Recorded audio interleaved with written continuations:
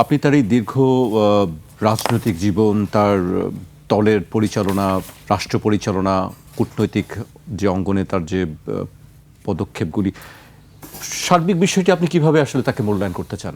খুব সংক্ষেপে আমি শেষ করব। এটা তো আপনার was alone cannot express how you can describe the life sketch of Begum Khaleda Zia. Political career বলেন, সংসারের কথা বলেন, মা হিসেবে বলেন, দেশের জনগণের নেত্রীর কথা বলেন। তবে ওনার এই বিদায় যত বড় ক্ষতি হয়েছে, অপূরণীয় ক্ষতি, ওনার এই অস্তিত্বটা আমাদের জন্য অনুপ্রেরণা, পাথেয় হয়ে থাকবে। আগামী প্রজন্ম, বর্তমান প্রজন্ম, যারাই আসুক না কেন, বেগম খালেদা জিয়ার জীবনালেখ্য নিয়ে গবেষণা করার মতো একটা চরিত্রে তিনি পরিণত হয়েছেন। আমি এটুকু মূল্যায়ন করতে পারি ওনার ক্ষেত্রে।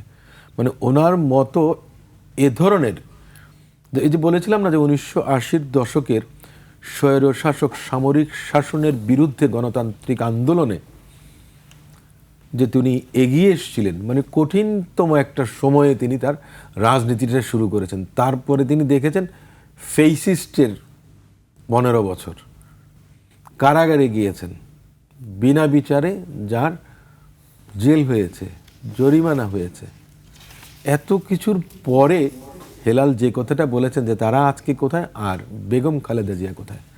আজকে ম্যাডাম আমাদের মাঝে নেই, কিন্তু আমি যে বলেছি যে নতুন একটা অধ্যায় শুরু হয়েছে। তিনি ছিলেন অতীতে, তিনি ছিলেন বর্তমানে, কিন্তু এখন থেকে শুরু হলো সেই অতীত, বর্তমান, ভবিষ্যৎ। প্রজন্ম থেকে প্রজন্মান্তরে বেগম খালেদা জিয়ার নামটা বাংলাদেশের ইতিহাসের সঙ্গে জড়িয়ে থাকবে। এটাই হচ্ছে যে বাস্তবতা।